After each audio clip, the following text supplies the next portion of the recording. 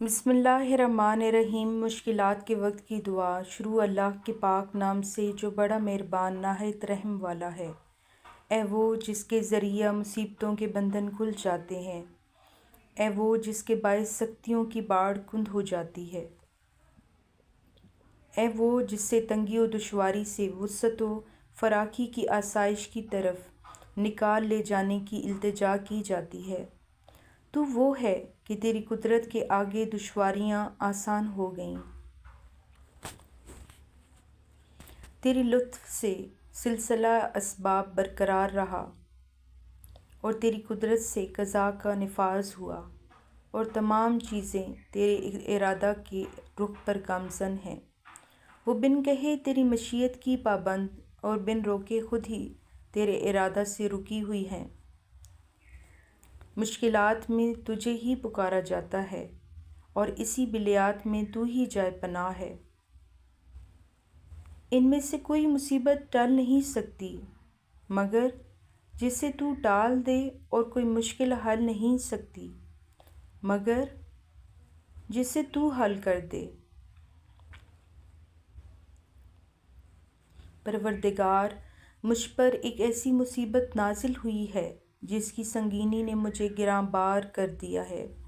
اور ایسی آفت آ پڑی ہے جس سے میری قوت برداشت عاجز ہو چکی ہے۔ تو نے اپنی قدرت سے اس مصیبت کو مجھ پر وارد کیا ہے، اور اپنے اقتدار سے میری طرف متوجہ کیا ہے۔ تو جسے وارد کرے اسے کوئی ہٹانے والا، اور جسے تو متوجہ کرے اسے کوئی پلٹانے والا، اور جسے تو بند کرے اسے کوئی کھولنے والا، اور جسے تو کھولے اسے کوئی بند کرنے والا، اور جسے تو دشوار بنائے اسے کوئی آسان کرنے والا، اور جسے تو نظر انداز کرے اسے کوئی مدد دینے والا نہیں ہے۔ رحمت نازل فرما محمد اور ان کی آل پر، اور اپنی کرم فرمائی سے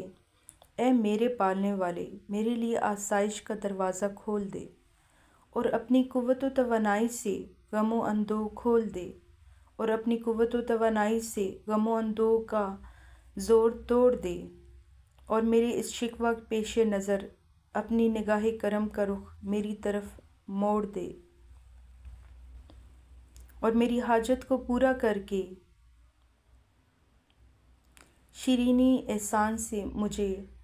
لذت اندوز کر، اور اپنی طرف سے رحمت اور خوشگوار آسودگی مرحمت فرما، اور میرے لیے اپنے لطف خاص سے جلد چھٹکارے کی راہ پیدا کر، اور اس غم و اندوہ کی وجہ سے اپنے فرائض کی پابندی اور مستحبات کی بجا آوری سے غفلت میں نہ ڈال، کیونکہ میں مصیبت کے ہاتھوں تنگ آ چکا ہوں، اور اس حادثہ کے ٹوٹ پڑنے سے دل رنج و اندوہ سے بھر گیا ہے۔ جس مصیبت میں مبتلا ہوں اس کے دور کرنے اور حسن بلا میں پھنسا ہوا ہوں، اس سے نکالنے پر تو ہی قادر ہے، لہٰذا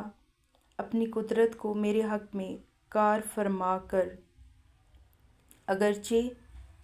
تیری طرف سے میں اس کا سزاوار نہ قرار پا سکوں، اے عرش عظیم کے مالک۔